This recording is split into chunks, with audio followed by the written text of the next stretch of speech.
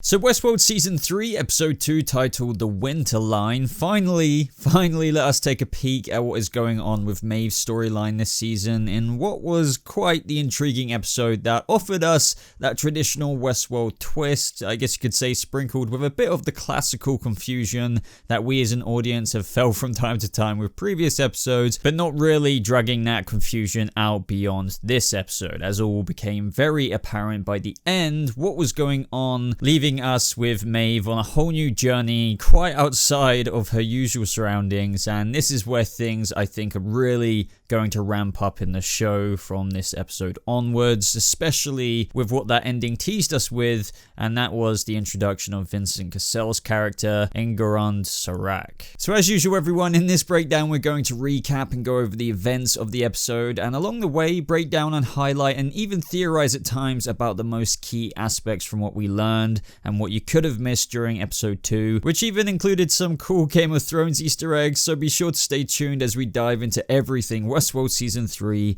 Episode 2, and make sure you subscribe as I will be covering the whole of Season 3, and if you go on to enjoy the video guys, don't forget to click the like button. So let's begin with talking about Maeve before we visit Bernard's journey back to Westworld, and the last time we saw Maeve in Season 2 was actually when she was shot and killed. This kind of brings us to where from the beginning of the episode, it seems as though she was taken from that moment in Season 2 and put into this whole new narrative loop in Warworld, which also brought her back the character of Hector. Now, we quickly see both of them begin to slip past all of those soldiers and try to escape, and I have to admit, I was thinking, like, how did literally no one see them? Because they were only literally less than a meter away, but that definitely amounts to the grander story of this episode, which we'll get to, and maybe even tries to use what many like to view as her force powers on the soldiers. But of course, they didn't work, and I'm sure that's down to what we discover later on in this episode about this kind of reality that she's in. So if she's not in control of that, she wouldn't be able to exert her powers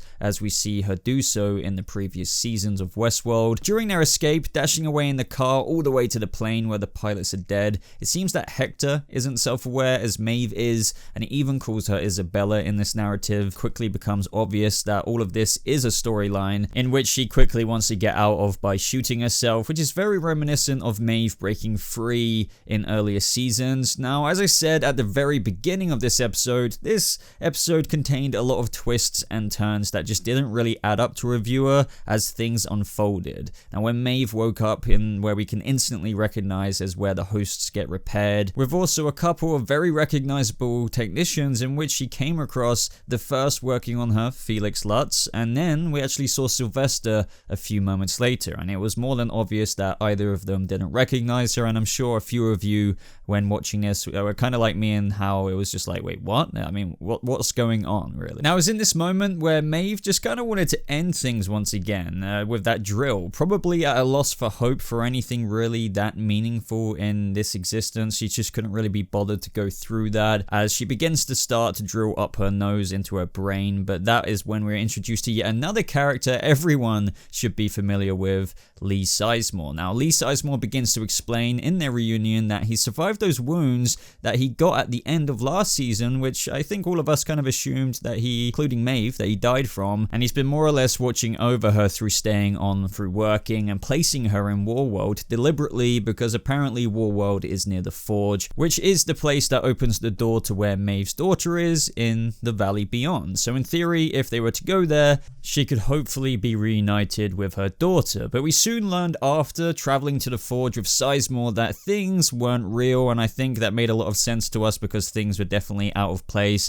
This was all an illusion, a construct, as Maeve said herself, and we began to see Sizemore kind of glitch out at his own struggle to realize that he is just a copy, and that's also reminiscent of some hosts glitching when kind of going into the self-aware mode in previous seasons, and so it's safe to assume that he did actually die after the events of Season 2, and it was fairly apparent to Maeve now that clearly somebody has gone through a lot of trouble to test her and find out what she knows in an attempt to let her access the Valley Beyond that Dolores had hidden from Delos and Insight. Now, just from the beginning portion of this episode, it was really fantastic just seeing Thandie Newton as Maeve again, along with the return of other characters such as Simon Quarterman's Lee Sizemore, but we also had another half to the story this episode with, of course, where the last episode ended Bernard heading into Westworld. Now this picked up with Bernard in the boat where we saw him at the end of last episode, where we even got a reference to the bloody end of last season from that boat owner saying that he remembers when those waters were red with blood.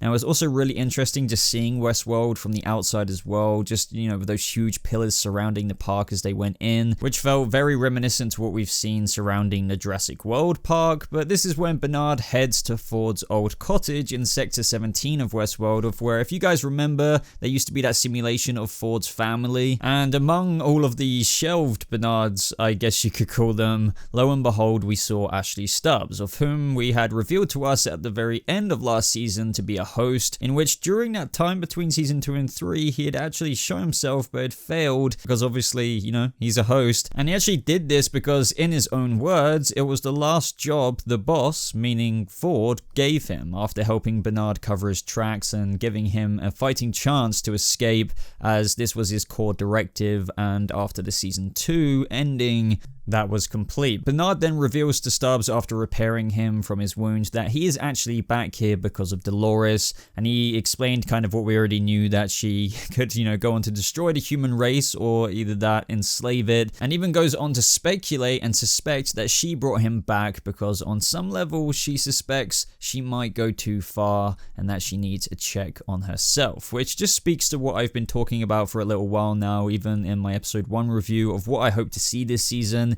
It's those kind of little glints and nuggets of good in Dolores, of which, you know, maybe Aaron Paul's Caleb may be able to bring out of her as well, but ultimately this remains to be seen, as from what we already know, Dolores is carrying out her mission with conviction. Now, in order for Bernard to be able to have a plan B for if Dolores does go too far, he reveals to Ashley that he needs to find someone strong enough to stop her, and that of course would be Maeve. Now, after Stubbs takes Bernard to where he believes Maeve is, which is that kind of underground section of Westworld where they've retired hosts and they all kind of stand there in that room naked, and it turns out that they do indeed find Maeve, but her host control unit has been torn out, and the next way to find her is to head to the personnel levels of where, you know, he could obviously be spotted, you know, which I thought was very, very risky, since as we know, the whole world blames Bernard for the bloody end of Westworld season 2. Now, when we see them go up to this personnel level, we're actually given quite a few Easter eggs in this moment, which were fairly surprising to say the least, because we actually saw the directors of Game of Thrones, David Benioff and DB Wise, chilling by a host version of Drogon, quite literally just chilling there.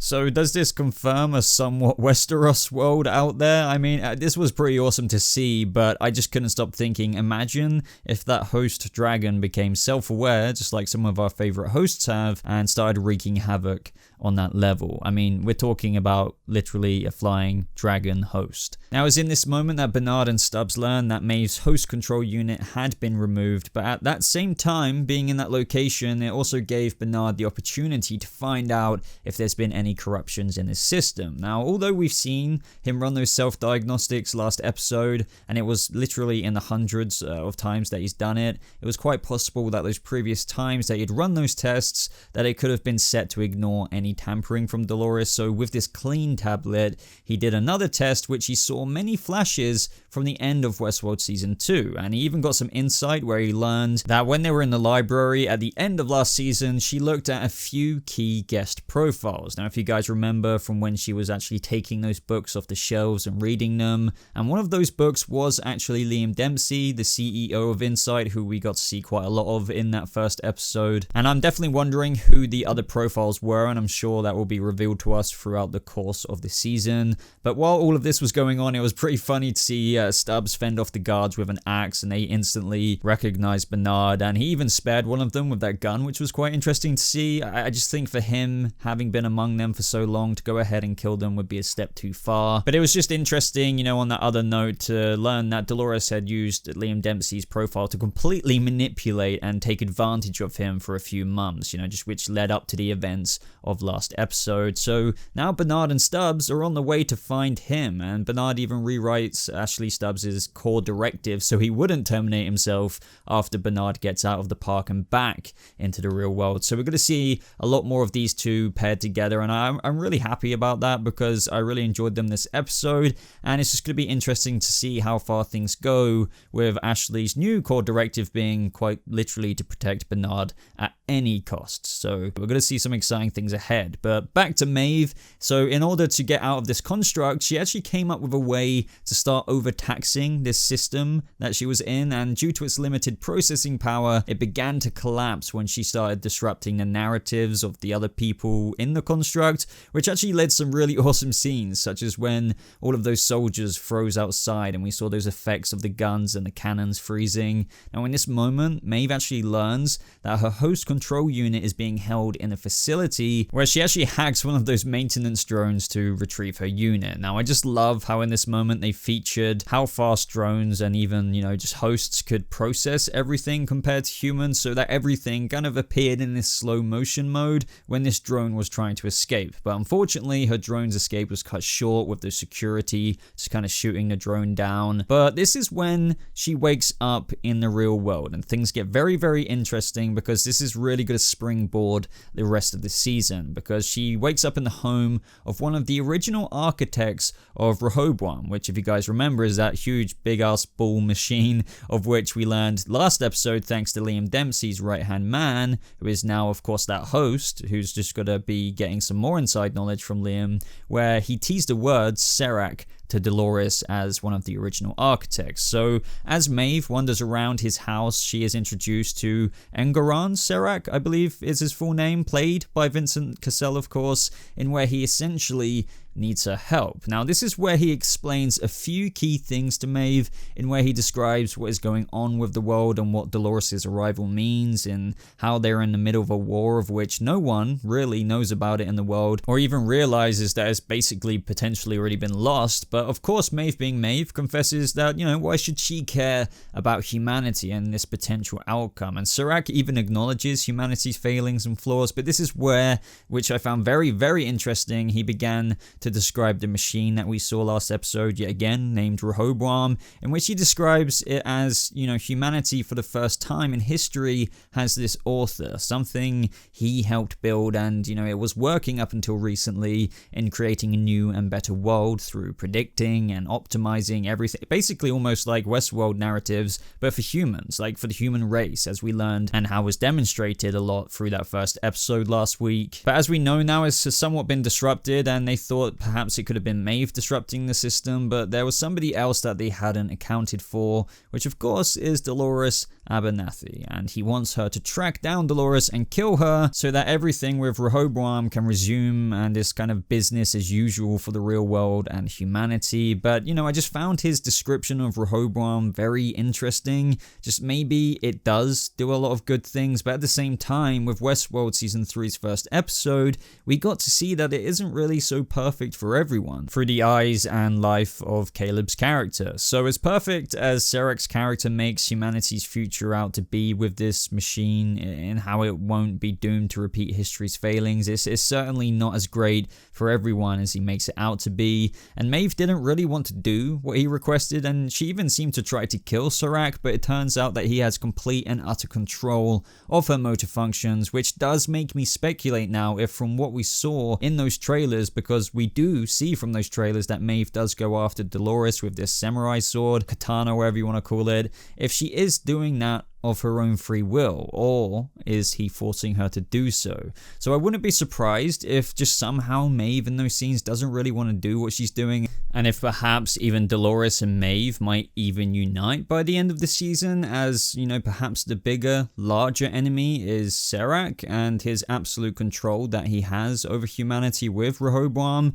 And this is why Caleb, for example, finally realizes his purpose, which is actually a line he says in the trailer when Dolores will enlighten him very shortly through how Rehoboam has been watching him, and through proxy that kind of means Serac. So albeit that Dolores' methods of this, you know, if that doesn't work, then we kill everyone is very much so on the extreme end. Maybe by the end, the hosts in the real world that we currently have will find that common ground together. But ultimately, guys, this was just another fantastic episode of Westworld. I really can't wait to see more, especially with Maeve in the real world now. It's just this whole setting, I've said this plenty of times before, is just really off the charts. You know, kind of copy and pasting that same feel of Westworld we've had over the past couple of seasons, but translating that into the real world. Of course, we've still got the Man in Black to come, and how will he play into all of this? Next episode from the promo, it seems as though we're going to take a deep dive into Charlotte Hale and her backstory in terms of her getting used to this new host body that is Charlotte, and how she has to pretend to be that person, but who is really underneath it. Could it be Teddy? Could it be Dolores' father?